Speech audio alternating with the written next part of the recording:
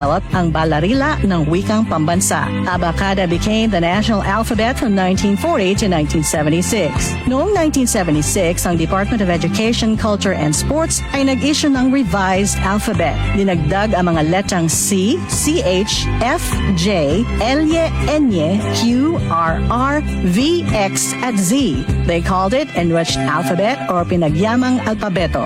More tweaks follow, and in 1987, the Filipino alphabet was published yet again with 28 letters. What you'd recognize is our modern alphabet. 26 letters from the Latin alphabet and the Spanish N or Enye and NG or nang.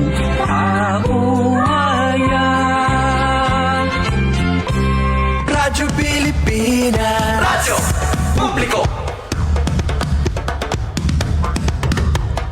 Radyo Pilipinas, Radyo Publiko.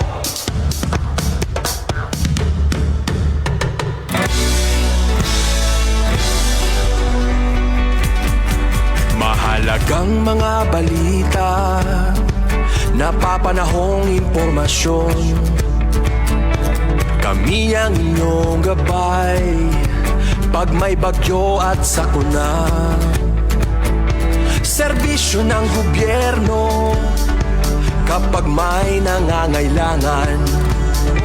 Mga proyekto ng Pangulo, damang-dama ang pagmamahal niya. Tulay ng mga hinaing, ang problema ng bayan ating lulutasin. Tulay sa himpapawid, tulay ng pagbabago. Radyo Pilipinas, Radyo Publiko. Ng bagong Pilipinas, Radyo Publiko. Radyo Pilipinas, Radyo Publiko. Ng bagong Pilipino. Mga proyekto ng Pangulo, damang-dama ang pagmamahal niya. Radyo Pilipinas, Radyo Publiko. Ang boses ng Pangulo.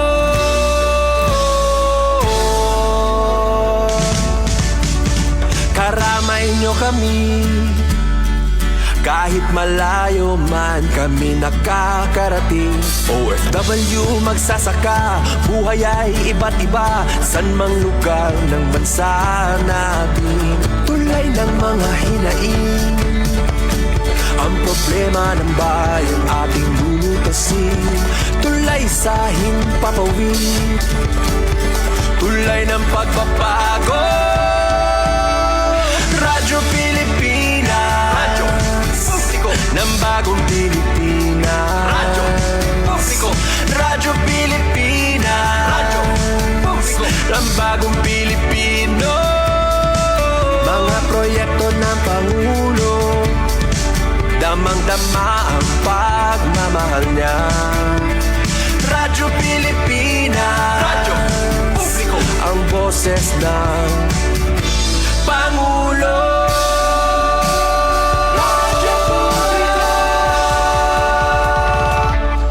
Oras sa Radyo Pilipinas, Radyo Publiko, alas 8:03 na sa buntag. Good morning, Eastern Visaya. Maupay nga aga. Good morning. Maayong buntag. Maupay nga aga. Good morning, Eastern Visaya. Good morning, Eastern Visayas. Eastern Maayong buntag sa itong mga suking ating paminaw sa 104.7 FM din sa Radyo Pilipinas, Radyo Publiko Sugod. Maupay nga aga sa itong mga kaigsunan mga suking ating subaybay sa Radyo Pilipinas, Radyo Publiko Borongan and Radyo Pilipinas, Radyo Publiko Calbayog. Og maadyo nga buntag usab sa ato nga mga kaigsunan sa lalawigan sa Leyte og Biliran og sa katibukan sa Luzon, Visayas ug Mindanao. Maadyo nga buntag, good morning. Welcome sa Tuesday edition sa programang Good Morning Eastern Visayas. Good morning, Eastern Visaya. Sangad sa mga station manager sa Radyo Pilipinas, Radyo Publiko Sugod, Sir Dindo Alara, sa atong kauban sa Pikas Lawak sa Master Control, si Kuya Noel Palugod. Good morning. Kini ang inyong makauban karong adlaw nga Martes nga edisyon, Jevic Epiz. And ato sa makauban ng atong sister station, ang Radyo Pilipinas, Radyo Publiko Borongan.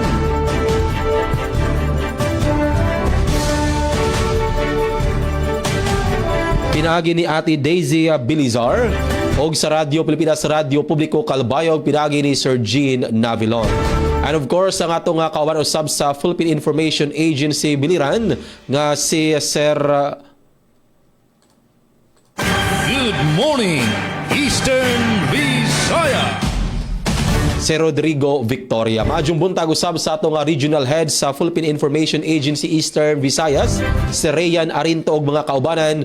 Ako sublion maadjong buntag gikan dinhi sa Radyo Pilipinas, Radyo Publiko Sugo. Adlaw karon nga Martes sa Enero 6, 2026 na mga kaigsunan, ikaduhang adlaw karon sa balik trabaho, balik klase. Kumusta ka atong mga kaigsunan sa atong mga estudyante? Human ang pipilagyod ka adlaw or semana no nga bakasyon. And sa ato usab nga mga kaigsunan nga nagasubaybay og nagapaminaw karon, manghinaot kami nga nakamo sa Kapiskay sa panglawas kay adlaw pang Martes karong adlaw. Update sa panahon din sa lalawigan sa Southern Leyte. So far, so good. Pagkanidot sa kabuntagon kay nagpakita na ang haring adlaw. Inon dili kita magkumpiyan sa mga kaigsunan kay gani kagahapon bisan pa man og anindot ang panahon diagapon na sinati nga pag-uwan sa pipila ka bahin sa lalawigan sa Southern Leyte. Pila usab dito sa probinsya sa Leyte sa always kita maniguro, always kita mag-andam og payong, raincoat uban pang proteksyon para usab dili kita makaproblema no og magkaapi kay labi na sa atong mga estudyante kay balik na ra ba sa klase sa atong mga kaigsunan nga adunay trabaho. Kinahanglan nga always kita nga ready. Labi na kay napaghapon kining epekto sa shoreline gani niadto nga weekend diha gyud pipila ka lugar ang nakasinati og pagbaha. Oras sa Radyo Pilipinas, Radyo Publiko alas 8:07 na sa buntag. Og karon ato nang makauban ang atong sister station para maghatod sa ilang mga pasiunang impormasyon hulagway sa naglain nga lugar dinhi sa atong rehiyon 8. Ato naon ang hulagway diha sa Radyo Pilipinas, Radyo Publiko Borongan. By the way, good morning di ay sa itong mga kauban diha sa Borongan. Ato nga makauban si Ate Daisy Bilizar. Ate Daisy, maupay nga aga. Good morning and Happy New Year. Good morning, Eastern Visaya. Ate Daisy, good morning. Yes, maadjong buntaga Javic and Happy New Year gihapon. Haiyo dada, no? Radyo Pilipinas, Southern Leyte, and syempre ato naton magiging kaupod. Yun nga oras sa naton viewers, listeners, para naton Tuesday edition. Taramdahan, good morning Eastern Visayas, magandang morning. Bueno, tikang didi Radyo Pilipinas, Borongan, na supervision ito na amon station manager Ate Ruth Rivera Abunda, kaupod ko didi technical, hiya Coach Eufem Buna Jr. Ngan, kompleto Ricados kami. Balitaw in full force itong production team para makapaghatag hin mga balita impormasyon na tikang naman didi haamon probinsya. Mauran ay magandang morning ngayon kan Sir Jean Navilon ito Radyo Pilipinas Calbayog. Oo. Mauran nga morning haamon didi Jevic ano aton pagbabalik eskwela na amon mga estudyante yan na didi Eastern Samar tinapuhin mauran nga panahon. So kailangan dadaman dara ano iton BFF nga payong para sigurado nga protected ano tikang naman hiton oran. Starlist man ito nagahataghin at sarang nga mga pag-uran didi ha amon dapit kay nasring man nga iton share line it naapektuhan la din ha region amo ito Northern Samar. Takay magsapit man la kami hini nga dito Northern Samar pero nasring man Starlist ito nagpapauran didi naman ha amon dapit. Pero yun kun aton kadakan nga mga estudyante didi ha Eastern Samar amoy nagbabalik eskwela na may ada pa nabibilin nga nakabakasyon niya na nga adlaw. Iton mga estudyante hitbung to iton Ernani Eastern Samar in extended iton ira bakasyon pati na daman na iton ira trabaho darakay hapag kaya na suspended iton ira work and klase darahit pagsalin orog it ira ika-162 nga founding anniversary para magkamay ada hiri chance nga makaapi iton ira magkarukalain nga aktibidad dida hanasabi nga bungto. Alright, so yun na naman so far ano kanina mauran yan na naman medyo hinada Oo, inadeng aton pag-uran di naman ha syudad hiton Borongan, pero just to make sure talaga kaulangan natin hiton payong. And mahagkot naman iton amon panahon di naman ha probinsya. Alright, kapag taga kuryente naman, ipiktuhin nga share line nga naghatagin mga uuran dihan naglabay nga weekend in duha pa nga bungto ito nagpapabilin nga isolated waray kuryente, particularly iton bungto iton hipapad ngan sugad man hiton maslug dara hiton baha kay pagsiguro la para hiton safety hiton mga member consumer owners dida hini nga mga lugar. Pero nagpatapod ang Eastern Samar Electric Cooperative nga kung mag-subside yung baha magdudumara dayon hin inspection iton maintenance crew hiton Isamelco para mapadaloyan nga hauotrohera hiton serbisyo elektrisidad. Ipikto iton hiton Bagyo. Hiton share line iton ba nga okay kuno iton linya kaya la dara hiton hitaas nga tubig kailangan maproteheran daman ito na aton mga member consumer owners dito na sabi nga lugar and pati naliwat mga propiedad kay magiging delikado nga may ada kuryente habot nga naman hiton baha. And may ada gihapon waray pa kuryente sumala hiton Isamelco parts daman hiton Ken Avid ngan bungto hiton Dolores nga may ada daman mga baha. Pero an patapod in i-restore madagmit nga panahon once na subside na ito na baha nga may pailarom hiton inspection hit mga taga Isamelco. Haamon naman pag taga tubig dede ha syudad hiton Borongan dara kay mauran bagat kapidaman iton tagas iton amon mga gripo. So kaulangan nala siguro in mag-resort anay kitahin malinis good nga tubig. Okay nala iton nga di color nga tubig kun pan-flush la di naman hiton na aton mga comfort rooms. Alright. So bueno, haamon naman headlines iton mga balita para yana nga adlaw January 6, 2026. Nahikay hiton Radyo Pilipinas sa Borongan, aadian amon panguna nga mga balita. Siyahan por lo menos 1,800 nga business owners sa syudad hiton Borongan ginlalauman magre-renew hin business permit. Eastern Samar Electric Eastern Samar State University nag-alokar hin 3.57 million pesos para pag-ayad haton mga building nga naapiktuhan hanlinog. Samtang First Eastern Samar Police Mobile Force Company nagbuhat in gift-giving activity nga da ha mga kabataan ha barangay 1 na bungto hiton oras. Ngan usa hadton mga nawawara nga puro pangisda habung tuhan Llorente daran maraot nga panahon na rescue habung tuhan Salcedo. So Jevic ngan Jean madangat adton detalyan mga balita ha pagbalik hiton na second round taramdan. Good morning Eastern Visayas. Morning, Eastern Visayas. Daghang kayong salamat Ate Daisy Bilizar sa imong pasiunang information ug update. And akong sublion maadyo nga buntag sa itong mga kaubanan diha sa Radyo Pilipinas, Borongan. Oras nato alas 8:13 na sa buntag o karon ato sabdawaton ang pasiunang impormasyon, ang hulagway sa og sitwasyon sa Radyo Pilipinas sa Radyo Publiko Calbayog sa ilang mga areas nga gitutukan. Maadyo nga buntag kanimo Acting Station Manager Sir Jean Navilon. Good morning, Eastern Visayas. Sir Jean, maadyong buntag. Yes, maayo buntag kauban Jevic. Good morning sa bugos nga persa sa nadiway SL Sugod Southern Leyte sa pagpanguna ni SM Dindo Alaras. Good morning mo pay aga naman kan kaupod Daisy ug sa bugos nga persa sa DYES Radio Pilipinas Borongan City sa pagpanguna ni Station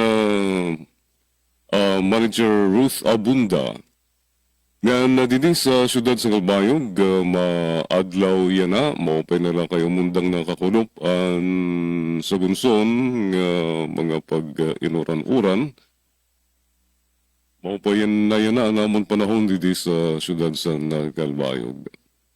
Antong mga estudyantes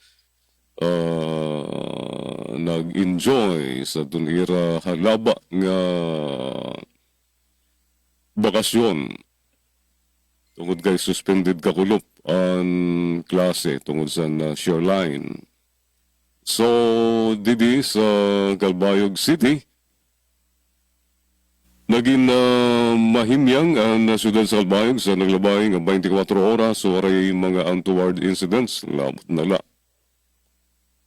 Sa mga vehicular accidents nga nagkahitatabo, maugod din dito sa syudad sa Calbayog. Mas damo pa ang mga nagkabibiktima sa vehicular accidents, mga aksidente sa kadalanan. Ikumparar sa mga shooting incidents nga diin ang mga nabibiktima ang kasagaran mga batanon. May dati di abiso ang Calbayog Water Company tungkol sa gunson nga pag inuran-uran nagamayadasan clogging sa panas sa water source tungkol sa heavy rains dida sa nahimumutang ini sa watershed area sa Barangay Pilar, Calbayog City. Makaka-experience si na water interruption to low pressure, tubtob kawaray awasan tubig sa iyo mga gripo sa katanan nga mga konsumidores. Tikang yana nga adlaw, tikang kakulupin ni Enero 5, tungod kay ada barado ang panas water source bunga sa sunod-sunod nga pag-inuran. Apektado nga mga lugar bugos nga service area. Tikang kakulop Enero 5 ngadto Enero 7 tubtub ini buwas nga adlaw. Mao ini ang paibaro sa Calbayog Water Company.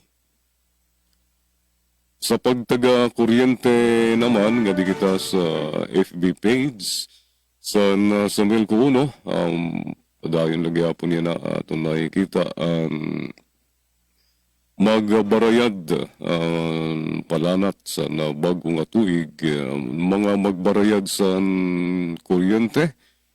Damo nagyapon niya na ang nagpapahabol sa pambayad sa dira electric bills dila sa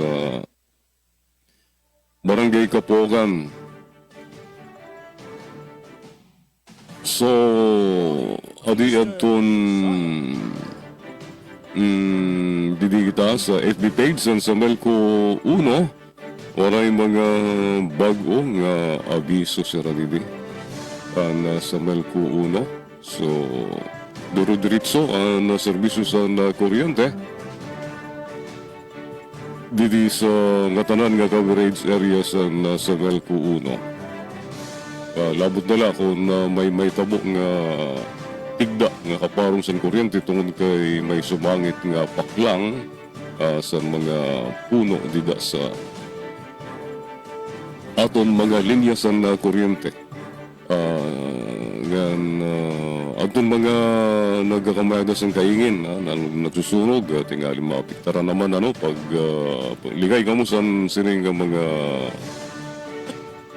paghimo niyo sa kaingin system, ito niyo mga panunog sa ito niyo mga nagdadaros dida sa ito mga banwad. Ayaw good sa apikisan poste. Ay tingali kamupaan maghininungdan sa kawaras ang serbisyo sa kuryente. So, waray anuman nga abiso, mga kasadto pa yun nga katapusan sa tuig 2025 nga era mga abiso din sa era FB page sa Samelco 1. So para sa ito na mga headlines, ito na mga i-share nga mga balita noronian sa second 30-minute stretch sa Good Morning Eastern Visayas. Sunog sa warehouses sa Lawang, Northern Samar, nagresulta sin 24 milyones pesos nga danyos perjuicios. 13.39 milyones pesos nga illegal drugs narikupo sa Eastern Visayas sabton tuig 2025 sa ring San Pidia. 54 sakos na basura na kulikta durante sa ginbukat nga clean-up drive sa lugar sa Bobon, Northern Samar. Sangguniang bayan sa Nagandara, Marinampuson, nga nagdumara sa kauna-unahan nga sesyon niya nga bago nga tuig 2026. Amad naton mga headlines, mga Lara Iluhan. Sa naton mga balita nga exi-share sa DYOG Radio Pilipinas Kalbayog, nuriyan sa second 30-minute stretch and Good Morning Eastern Visayas, alas 8:20. Morning Eastern Visayas. Daghang salamat Sir Gina Vilon sa imong update o passing unang impormasyon hulagway diha sa Kalbayo ug mga kasikbit nga lugar. At ang oras sa alas 8:21 na sa buntag update po din sa lalawigan sa Southern Leyte.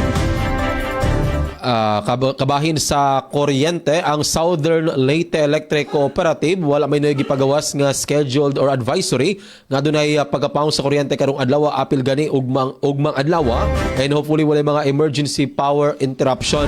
Adunay pahinumdum ang electric cooperative sa tanang mga miyembro konsumidor na kinahanglan na isettle na gyud ang bill sa kuryente kay karong buwan sa Enero magbalik sila or pagasugdan ang paghatag og notice labi na sa katong wala pa nakabayad sa bill sa kuryente sa nakalabay nga mga buwan. So posible aduna giputol putdan mo basta wala pa mo nakabayad kay kahinumduman iadto lagi nakalabay nga buwan ilang mang gisuspenso ang kining pagpamutol para usa makatabang puno sa atong mga kaigsunan, especially kay diha malagi na niabot og naigo man ang Southern Leyte sa pipila ka bagyo og daotang panahon. So ilag yun gilugwayan ang atong mga kaigsunan, pero for this year labi na karong buwan sa Enero balik na ang pagpamutol. So kinahanglan ato lang isettle ang atong bill sa kuryente. Sa lain pang update din sa lalawigan sa Southern Leyte gikalipay sa SLPPO kon Southern Leyte Police Provincial Office apil usab sa Bureau of Fire Protection Southern Leyte kay so far gamay lang yun ang gani duha lang ang na-record nung fire-related incidents na nahitabo ni adtong pagsugat sa bagong tuig o apil po ang pag-celebrate sa Kapaskuhan.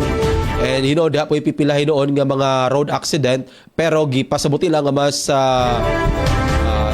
ang ilang general nga assessment is hapsay og malinawon gyud ang naasing celebration. And with regards po sa nahitabo nga epekto sa shoreline ni adto nga weekend, gipasabot po sa Philippine Coast Guard nga iabot sa kapin 200 ang mga na-stranded nga mga pasahero, and diha po pipila ka mga rolling cargos ang na-stranded sa pipila ka mga pantalan dinhi sa lalawigan sa Southern Leyte. Pero kagahapon gitugutan naman nga makabiyahe and wala na may problema. So gipasalamatan po nila ang tanan nga mga katawhan sa pagsunod sa mga kiniliging guidelines labi na kon walay biyahe sa mga pasahero pod wala pod ning adto gyud sa mga pantalan para dili magkaguot kay diha may pipila ka mga na-stranded.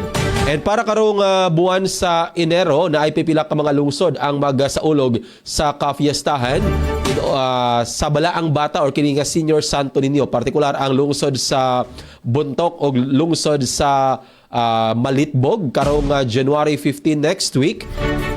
And karong simunaha pagimo ng opening salvo. So pinasubay sila nga fiesta, ubay-ubay pod nga mga activity ang naka-line ups nga mga kalihukan. Adunay mga niadto pang weekend og gisugdan ang half marathon diha sa lungsod sa Buntok og ang uban pa nga mga activity sa 5th district sa Leyte pod kasikbit lang sa Southern Leyte. Nag-start na pod ang preparation sa lungsod sa Bato. Ang ilang fiesta karon pong January 25. Basta January gani sinulog fiesta sa Cebu sa naay sinulog and di po palupig na po'y sinulog dinhi sa Southern Leyte. Gani ang dakbayan sa Maasin Ate Daisy og Sir G napoy pinalahi nga pagsaulog sa fiesta sa Balaang Bata kini gitawag og Sakay-Sakay Festival. Tinuig kini nga kalihukan agi pod og pag-celebrate sa kapistahan sa Balaang Bata karong buwan sa Enero. So wala pa hinugi pagawas nga final schedule ang dakbayan pero every year dako gyud nga activity diha sa dakbayan sa Maasin ang Sakay-Sakay Festival. May dayton, syempre, no, fluvial parade yung meron. Yes, today. Sakay, ano? Yes, today kining Sakay-Sakay Festival is kung ginaya fluvial, na fluvial procession. Din mo ni ang kalagi kanang naandan lagi sa dakbayan kada January nga nagyoy sakay-sakay na fluvial procession and then karon gihimo na gyud nga festival. And aside niana napay mga pakulo, Higantes Festival or mga pa-contest and aduna po yung mga street dancing competition og mga pa-contest like Baruto contest o uban pa para maghatag og kalingawan sa atong mga kaigsuonan. So bisan na humana ang holiday season, no, daghang activity sa dakbayan padayon gihapon karong buwan sa Enero. And kumusta man, Jevic, yung yung biyahe hadagat, didahayo dapit. Yes, Ate Daisy, gani Lifted na ba yung suspension? Yes, kagahapon pa Ate Daisy, sa to na sayran is gi-lift na ang suspension and nanay nakabiyahe and mao po na ang gipasabot pod sa Coast Guard kay niadtong weekend hagyo 200 kapin ka mga na-stranded and ilang gipasalamatan ang uban nga mga katawhan labi na katong nagaplanong mobiyahe ato nga time kay wala gyud sila ng lahos kay ang ilang kabalakan basin baya og ang abiso na wahiba so magkaguot sa mga pantalan pero gipasalamatan nila kay andaman pod ang matag pantalan dinhi sa lalawigan gani na mga pantalan nga nanghatag og mga kining mga pagkaon sa ato nga mga kaigsunan labi na katong mga driver og driver sa rolling cargos nga naapektuhan sa nasing suspension. And sa karon anindot na ang panahon gani sa isla sa Limasawa aduna nay biyahe pero matod pa sa mga residente dito di gyud malikayan kining bawd-bawd so naadad na sila pero sa mga pasahero mga turista no basin og mahadlok pa pero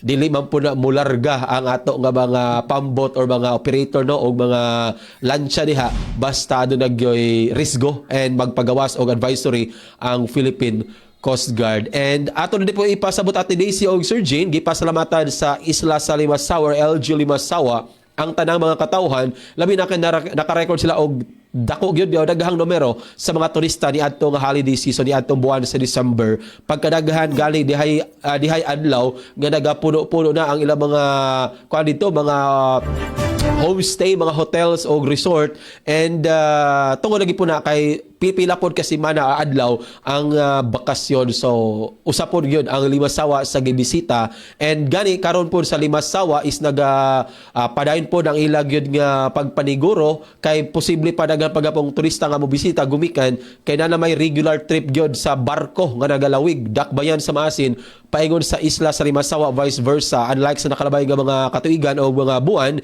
nga walay dako nga barko so karon is na may dako nga barko so usapon na karason nga no daghan na ang katawhan nga gusto gyud mo bisita sa isla sa Limasawa. Ang ganda kasi ng Limasawa, Jevic, talaga aside lang ito on historical significance, ang ganda doon. Very clear yung tubig, yung lagoon. Correct, oo. And aside sa kining mga beach resort dito Ate Daisy, ang kuan pod, ang ila dito nga kini ganing nakapalit baka atong baligya dito nga si Travis nukos nga buwad sa gina sa ila dito nga kuan produkto ang kini nga nukos nga buwad. And aside ay sa Limasawa Island Ate Daisy dinhi sa 5th district sa Leyte pilman sa among gitutukan no kining Matalom nga na ang Canigaw Island usa po ni sa gidumog yun di adtong nakalabay nga buwan kay usaman kini sa kining tourist attraction dinhi sa atong rehiyon gani gitawag po kini og mura daw ka Boracay Island din sa Eastern Visayas. So diha na sa Matalom, Leyte. And of course, ang 4 islas kay niadto nakalabay nga buwan sa December, diha ra bay usa ka cruise ship ang nagdalag yun og 80 kapit ka mga turista ang nibisita usab kay part kini sa mga area lugar nga kini mga tourist attraction or destination nga kuan gyud paila-ila na gyud sa ato nga Department of Tourism, and hopefully ato pagud sila nga suportaran pinagi sa pag-invite sa ato mga kaigsunan nga mobisita dinhi sa ato nga mga tourist attraction, particular ang 4 islas sa Inupakan, Leyte, diha pod sa or dinhi pod sa Canigao Island sa Matalom, isla sa Limasawa sa Southern Leyte, ug naputay Twin Island no ang San Pablo ug San Pedro, gitawag kini og Pong Gamay ug Pong Dako sa lungsod sa Hinunangan. So, mo kana ang ato nga mga tourist attraction aside po sa mga historical nga mga church, dagat mga anindot mga simbahang bato nga ilado dinhi sa diocese sa Maasin or sa Southern Leyte. Oras sa Radyo Pilipinas, Radyo Publiko, alas 8:30 na sa buntag og ato pod ihatag ang mga headlines dinhi sa Southern Leyte. Kapin 200 ka individual na stranded sa mga pantalan sa Southern Leyte tungod sa epekto sa shear line ni adto nakalabay nga weekend. LGU San Ricardo dako ang panglantaw para sa tuig 2026 rehabilitasyon sa Mangrove Nursery diha sa St. Bernard gisugda na og nakalawat og cash gift sa lungsod sa Silago ilawom sa Expanded Centenarian Act niabot sa usa ka gatos. So atangi ang detalye sa mga balita nga nahikay sa tibuok para sa Radyo Pilipinas sa Radyo Publiko Sugod. Aplusab ang nahikay nga mga balita sa Radyo Pilipinas sa Radyo Publiko Borongan, Radyo Pilipinas sa Radyo Publiko Calbayog para karong adlaw nga Martes. Bubalik pa ang Good Morning Eastern Visayas, sumalalining mahinungdanon nga pahinumdom. Standby mga suki nga tigpaminaw. Good morning, Eastern Visayas. Radyo Pilipinas, Radyo Publiko, Radyo Pilipinas, Radyo Publiko.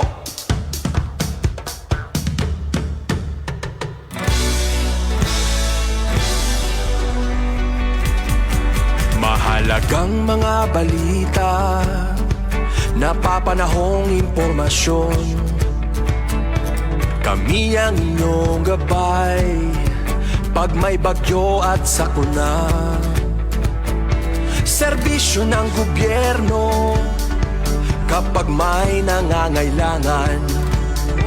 Mga proyekto ng Pangulo, damang-dama ang pagmamahal niya. Tulay ng mga hinaing, ang problema ng bayan ating lulutasin. Tulay sa himpapawid, tulay ng pagbabago. Radyo Pilipinas, Radyo Publiko, ng bagong Pilipinas. Radyo Publiko, Radyo Pilipinas, Radyo Publiko, ng bagong Pilipino. Mga proyekto ng Pangulo, damang-dama ang pagmamahal niya. Radyo Pilipinas, Radyo Publiko, ang boses ng Pangulo.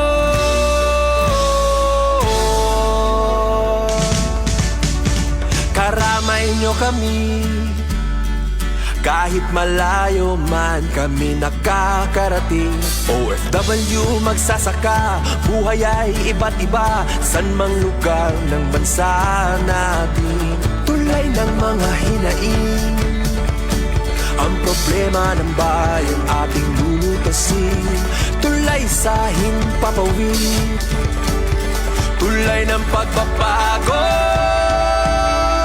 Radyo Pilipinas, Radyo Publiko, ng bagong Pilipinas. Radyo Publiko, Radyo Pilipinas, Radyo Publiko, ng bagong Pilipino.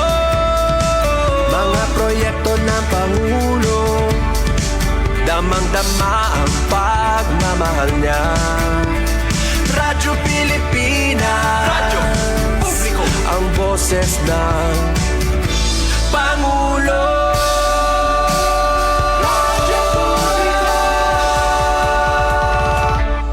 Oras sa Radyo Pilipinas, Radyo Publiko, alas 8:34 na sa buntag. Good morning, Eastern Visaya. Nagpadayon gyapon kamo nagasubaybay sa programang Good Morning Eastern Visayas karong adlaw nga Martes sa Enero 6, 2026. O karon ato nang ihatod ang detalye sa mga balita. Ato nahon ang report diha sa Radyo Pilipinas, Radyo Publiko Borongan, pinagi ni Ate Daisy Bilizon.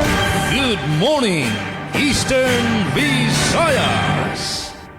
Da mga salamat, Anotro, magandang morning, GV. Ngan ha, detalyahan mga balita na hikay han Radyo Pilipinas, Borongan. Siyahan, por lo menos 1,800 nga business owner ha syudadan Borongan, ginlalauman nga magre-renew hin business permit. Ang detalyahan report, ikang kan Engineer Sok Aberia.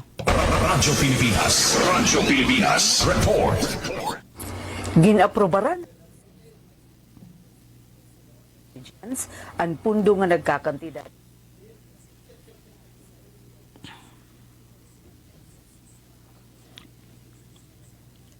Alright, makausap pa, kuhaan ta ang report, ikang kan Engineer Sok Aberia.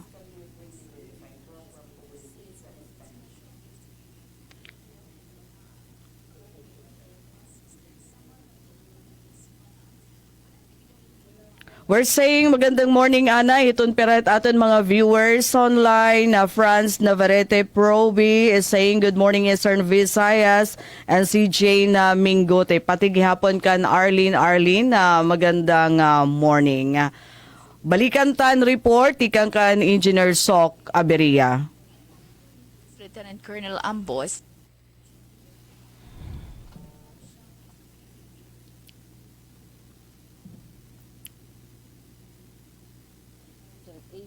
Dan ihapon mga negosyo sa Dadan Borongan at dun mag-renew in business permit ay kinakasang electronic business one-stop shop o IBUS at pagpapadayon ng business permit renewal laging doon marahit business permit and licensing office BPLO gamit ang integrated business permit and licensing system IBPLS aginti kanganan Enero 5 tabtabit Enero 20, 2026 nga waray kaakibat nga pinalidad aging bubuhat na Labit City Hall. Ginaabi-abi ni BPLO Section Head Ms. Luis Bianca Limbawan Anda ang business owner sa syudad nga magproseso ang business permit renewal online. Bisitahon ang itong webpage sa BPLO, link na https://bpbc.ibpls.com/City of Borongan Eastern Samar/ ngan pihuon nga na-akomplisar na ang nga tanan nga requirements agud maging madagmit ang pagproseso ang business permit.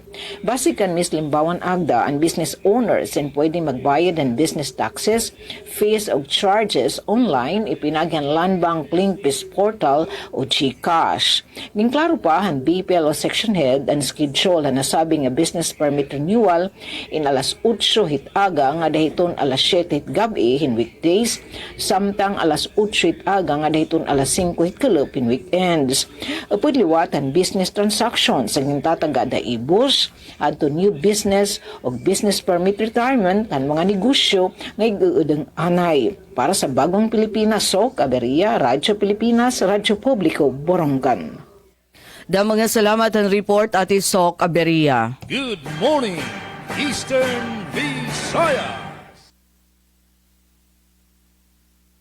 Oras naton 38 minutos naglabay sa alas 8 nga nasyahan sa naton mga balita didi sa DYOG Radio Pilipinas.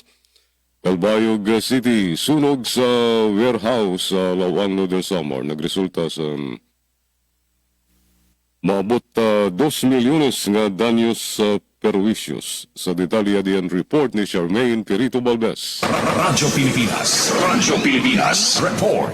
Maabot 2 milyones pesos ang danyo sa sunog sa usang warehouse sa Barangay Rawis, Lawang, Northern Samar. Base sa report, naglarab ang kalayo pasado alas 10 ng gabi sa bodega nga gintatag iya sa usang nga negosyante kundi nasunog ang mga stocks ug kagamitan.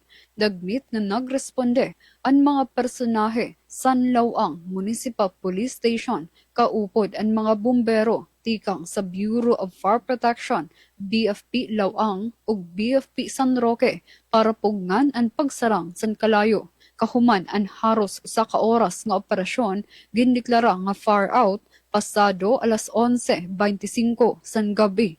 Waray naman na i-report nga napatay o nasamaran sa insidente. Padayon pa ang investigasyon sa Bureau of Fire Protection para matudlok ang kausa sa sunog. Para sa Bagong Pilipinas, Charmaine Perito Balvas, Radyo Pilipinas, Radyo Publiko, Calbayog. Salamat, Charm, sa nimo report. Good morning, Eastern Visayas. Og para usab sa mga balita dinhi sa Southern Leyte, kapin 200 ka individual na stranded sa mga pantalan tungod sa shear line. Para sa detalye ng report ni Ms. Dalia Orit Atwil. Radyo Pilipinas. Radyo Pilipinas. Report. Mikabat sa 228 ka mga pasahero o 34 ka mga rolling cargos ang na-stranded sa Southern Leyte, partikular sa pantalan sa Padre Burgos, tungod sa dili maayong kahimtang sa panahon nga dala sa shear line. Sumala sa report sa Philippine Coast Guard Southern Leyte, ubos sa mando ni Lieutenant Junior Grade Walter Leal, pasado alas 11 sa gabi nitong Enero 4 tuig 2026, usa ka barko ang wala gipabiyahe tungod sa pagtaas sa level sa bawd o kusog nga hangin. Tungod niini, temporaryong gisuspinde ang paglayag sa mga sakayang pandagat aron masiguro ang kaluwasan sa mga pasahero o kargamento. Dugang sa opisyal nga sa 7 ka mga pantalan sa Southern Leyte, ang pantalan lamang sa Padre Burgos ang adunay na record nga na-stranded nga individual o mga rolling cargos. Niaging Domingo, nakaisa ang gale warning sa lalawigan sa Southern Leyte tungod sa pagtaas sa level sa dagat apan gilibkas ra kini kagahapong adlaw. Padayon nga nagbantay ang Coast Guard Southern Leyte sa kahintang sa kadagatan ug naghataw pahimangno sa publiko ilabi na sa mga mananagat nga likayan ang pagbiyahe sa dagat kung adunay daotan nga panahon. Balita gikan sa Philippine Coast Guard Southern Leyte para sa Bagong Pilipinas, Dalia Orit Atwil, Radyo Pilipinas, Radyo Publiko. Good morning, Eastern Visayas. Anaton oras, mayada na kita 41 minutos sa nakalabayhan alas 8 haaga ngan dugang nga balita nahikay han Radyo Pilipinas Borongan. Eastern Samar State University nag-alukarin 3.5 million pesos pag-ayad ha mga building nga naapektuhan han linog. Ang detalyehan report ikang kan Pen Pumida. Radyo Pilipinas. Radyo Pilipinas. Report. Ginaprobaran han Eastern Samar State University ESO Board of Regents ang pundo nga nagkakantidad 3,571,301 pesos para pag-ayad han mga building nga nadaot katapos han sunod-sunod nga linog han October 10, 2025. Ini nga alokasyon inigpapagawas tikang nga fiscal year 2025 Program of Receipts and Expenditures han internally generated fund. Inyan ginpahayag ni ESO President Dr. Andres Pagatpatan Jr. durante ang ginbuhat nga mini press conference on university updates didhan December 26, 2025 Hakanuktan Hall, Borongan nga gintambungan han mga opisyal han ESO, representante tikang ha iba-iba nga campus, student officers, local media, campus publications, faculty staff ug iba pa nga stakeholders. Sumalakan Dr. Pagatpatan base ang Resolution number 2380 of 2025, lakipan mga apektado nga pasilidad ang College of Law, College of Nursing and Allied Sciences, College of Technology, Graduate School, Teatro Ibabawnon, ICTC Building, IGP Building, Infirmary Building, College of Information Technology, Old Mass Communication Building, Library, ARIC Building, College of Sciences, ug College of Agriculture. Ang pundo'y alukar para pagpalitin materialis ngan bayad hin labor para ang immediate repair ngan rehabilitation base masiguro ang integridad, seguridad ug operasyon han universidad. Por lo menos 4 kasimanan pag-implementar han nasabi nga proyekto. We also have here a resolution approving the budgetary allocation for the repair of the university building damaged by series of earthquakes. Ito lahat ng may damaged na building, nagkalugin tayo ng mga pundo para mabili ang kailangan ng mga materials. The amount is 3,571,301. Ito ay approve ng PUR. I am just sitting down dito mga gawa kasi kahit na pag-approve, sabi ko nga sa inyo, hindi madali pag-release ng pera because it has to undergo process or procedure so that we will not be disallowed. The transaction will not be disallowed like over. Mayroon tayong 3.5 million para sa mga repair na gagawin natin. And the other one is Lakiphan ginhimang rawan hakatitirok an patapod han pamunuan nga igpapatuman na an face-to-face classes antes matapos an Enero 2026. Para bagong Pilipinas, inhi Penelope Pumida, Radyo Pilipinas, Radyo Publiko, Borongan. Mga salamat ang report, Ati Pen Pumida. Good morning, Eastern Visayas. 113.9 milyones sa pesos nga illegal drugs na rikupo sa Eastern Visayas adtong naglabay nga tuig 2025 sa rinsan PRO 8 sa detalye. Adyon report ni Suzette Pretencio. Radyo Pilipinas. Radyo Pilipinas. Report. Umabot sa 113.9 million pesos ang kantidad sa iligal nga droga nga nasamsam sa pulisya sa Eastern Visayas sa doon naglabay nga tuig 2025 mahuman ang masobra mil nga operasyon sa Police Regional Office 8 o PRO 8. Sumala sa PRO 8, nagdumara ang buhatan sa 1,085 illegal drug operations nga nagresulta sa pagkakumpiska sa 23.19 kilos sa illegal nga droga. Kalakip sini ang 15.76 kilos sa shabu, 773.76 kagramos sa marijuana, ngan 6.65 kilos sa cocaine, nga may kabagusan nga kantidad sa 113.91 million pesos. Ginreport liwat sa PRO 8 ang pagsurrender sa 204 nga miyembro sa New People's Army, pagka-recover sa 60 nga pusil, ngan 14 nga paboto, ngan pagka-aresto sa 34 nga rebelde. Sa iba pa nga operasyon, 1,891 katawo ang naaresto sa 709 anti-gambling operations, samtang 3,702 violators ang nadakop sa 1,990 nga operasyon kontra iligal nga pangisda nga nagkakantidad sa 173.06 million pesos ang nasamsam. Pahayag sa PRO 8, nagpapabilin nga padayon ang mga operasyon agud masiguro ang mas talwas ngan mahapsay nga Eastern Visayas. Para sa bagong Pilipinas, Suzette Pretencio, Radyo Pilipinas, Radyo Publiko, Kalbayog. Salamat Suzette sa nimo report. Good morning, Eastern Visayas. Sa lain mga balita din sa Southern Leyte, ang LGU San Ricardo dako ang panglantaw sa tuig 2026 para sa detalya na report ni Ma'am Gemma Destriza. Radyo Pilipinas. Radyo Pilipinas. Mainitong gidawat sa LGU San Ricardo ang bagong tuig ug ang unang simana niini nga puno sa positibong pagbati, bagong paglaom ug kasing-kasing nga dedikado sa pag-alagad sa mga katawhan. Gipanguluhan ni aktibong Mayor Dr. Fem Domingo, din gisugdan ang simana pinaagi sa usa ka seremonyas sa pag-alsa sa bandila aron pasidunggan ang pinalanggang nasod ug ingon man pahinumduman ang tanang kawani sa ilang responsibilidad isip alagad sa publiko. Bisan niyano kini nga kalihukan apan adunay dakong kahulugan tungod kay nagpamatuod kini sa panaghiusa, disiplina ug gugma sa nasod. Sa pag-alsa sa bandila, gibati sa tanang nanambong ang kalig-on o garbo isip mga Pilipino. Sa pagsugod sa bagong tuig, gipalig-on sa LGU San Ricardo ang ilang pagpanumpa sa mas maningkamot ug magpabiling matinud-anon sa ilang mandato.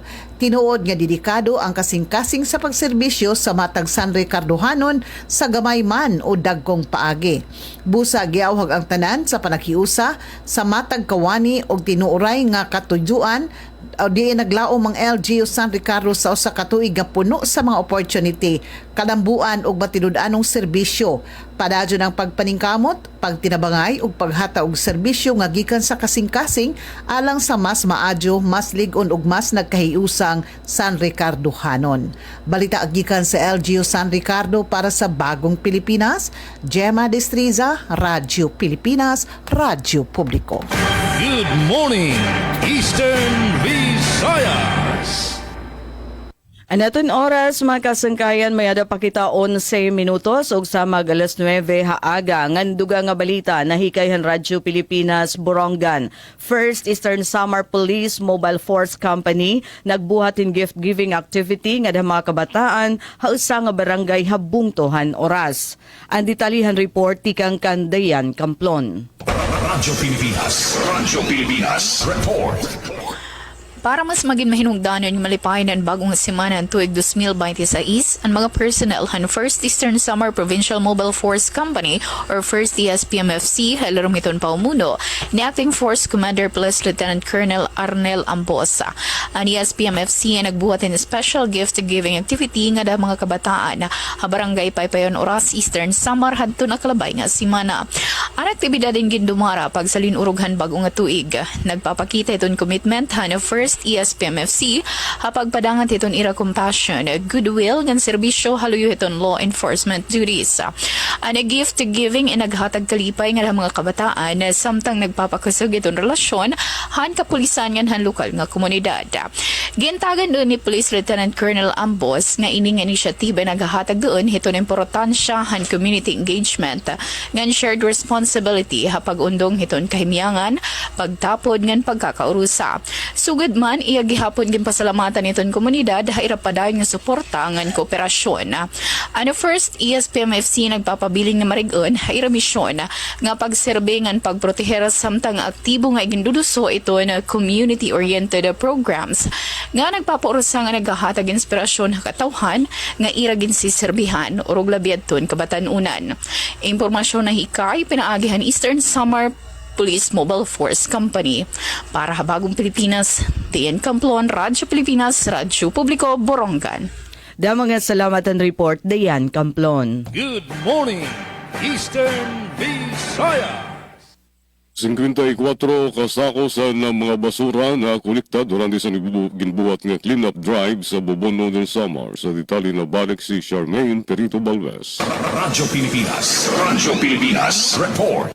Umabot sa 54 nga sako san basura ang nakolekta tikang sa 52 nga major clean-up sites sa 15 nga barangay sa Bungto, San Bobon, Northern Samar sa ginbuhat nga Week 52 Community Cleanup Drive tinikangan Disyembre 28 tuig 2025 kutob Enero 3, 2026. Saluyo san holiday season, pagsulod san bag-o nga tuig ug padayon nga pag-inuran 319 nga residente ang nakiusa sa aktibidad lakip ang 90 nga barangay ug sangguniang kabataan officials nga nanguna sa paglimpyo san kadatagsa nga lado. Katuyuanan sa cleanup drive nga mamentenar ang kalimpyo san komunidad ug maibanan ang kadelikaduhan san pagbaha ug sakit dinabi na sa mga lugar nga perme apektado san malain nga panahon. Dako ang naging papel san urusa nga aksyon san mga opisyal, kabataan ug residente para masiguro ang mas luwas ug malimpyo nga kalibungan sa pagtupo san tuig 2026. Para sa Bagong Pilipinas, Charmaine Perito Balves, Radyo Pilipinas, Radyo Publiko, Calbayog. Salamat Charm sa nimo report. Good morning, Eastern Visayas. Rehabilitasyon sa Mangrove Nursery sa lungsod sa St. Bernard, gisugda na haniya sa Rhea Mikate magatod sa report.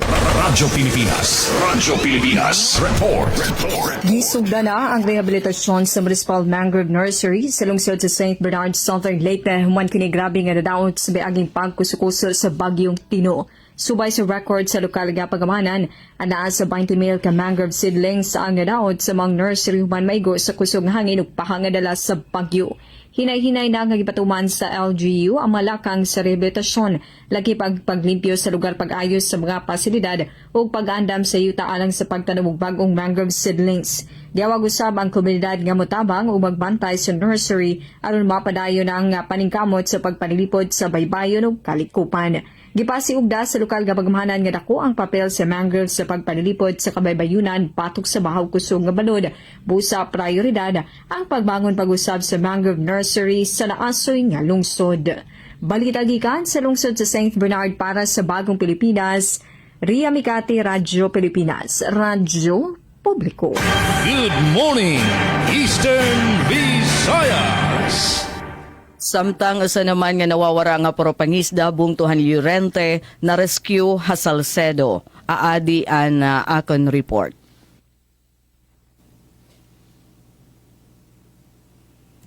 Ka-impormasyon di kang Llorente Municipal Police Station, pinaagi kan Captain Bermudo Colo III, Chief of Police and Bungto, malangpuson nga nasalbar, ada na talwas nga kahimtang, nga nakauli na haira panimalay, an usahan duha nga nawawara nga propangisda, nga nahiaptanin maraot nga panahon ha dagat, ha naglabay nga Enero 2. Sumalakan Golo, hiihan Alistre, 25 anyos, inigin turnover han MDRRM Salcedo, haira estasyon, kakulupan alas 6 aga.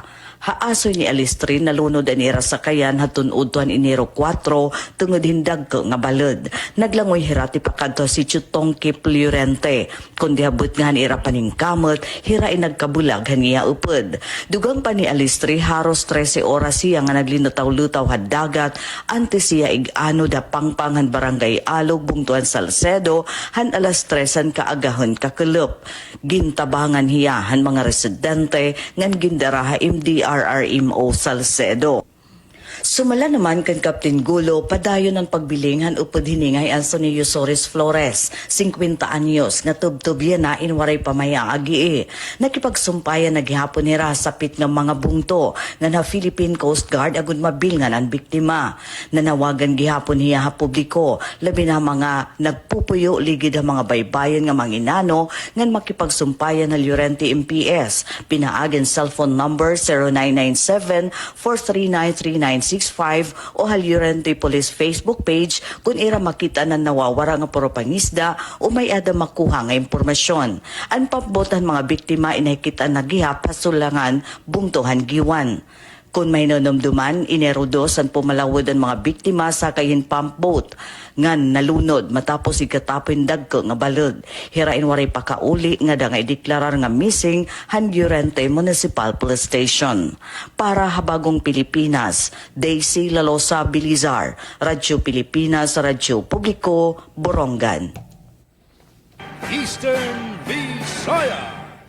4 minutos antes ng alas 9, sangguniang bayan sa Gandara, Samar, malampuson nga nagdumara sa kauna-unahan nga sesyon, yan ang tuig sa detalye na balik ang report ni Suset Pretencio. Radyo Pilipinas, report.